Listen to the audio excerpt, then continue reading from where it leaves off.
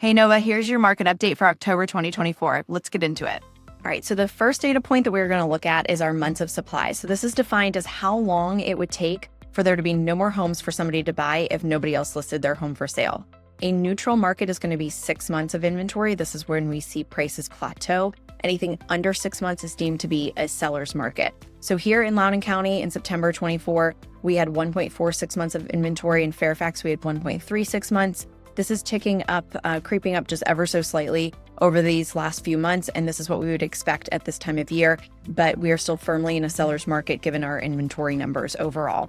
Median days on market, this is how fast homes are selling. In Loudoun County in September, we were at 10 days. In Fairfax County, we were at 9. Again, we're seeing this tick up just ever so slightly as the year goes on, which is what we would expect at this time of year, but things are still moving extremely quickly.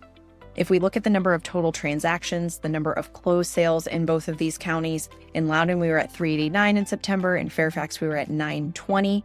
If we compare this to this time last year, we're up about 10% in both of these counties on the number of transactions closed, which is actually a good thing. We had just drastically low transaction volume, and having increased transactions means that we're getting just a little bit more inventory, which is actually a good thing.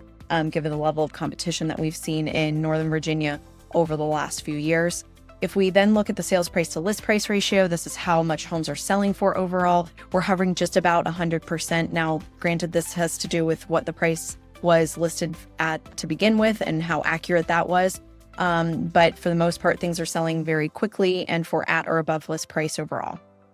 So we might see a more quiet Q4 here in Northern Virginia as we get through this election cycle. But if you are a buyer who is actively in their search and you're tempted to put that search on hold until next year, it's probably strategic to stay in the market because you're likely to have less competition. Now, if you're a seller who's gearing up for a 2025 move, it's also going to be strategic for you to begin that prep process now so that you can jump into the market when it makes sense, because we might see a very, very early spring market here in Northern Virginia, and you might want to be on the market earlier next year than you're originally thinking.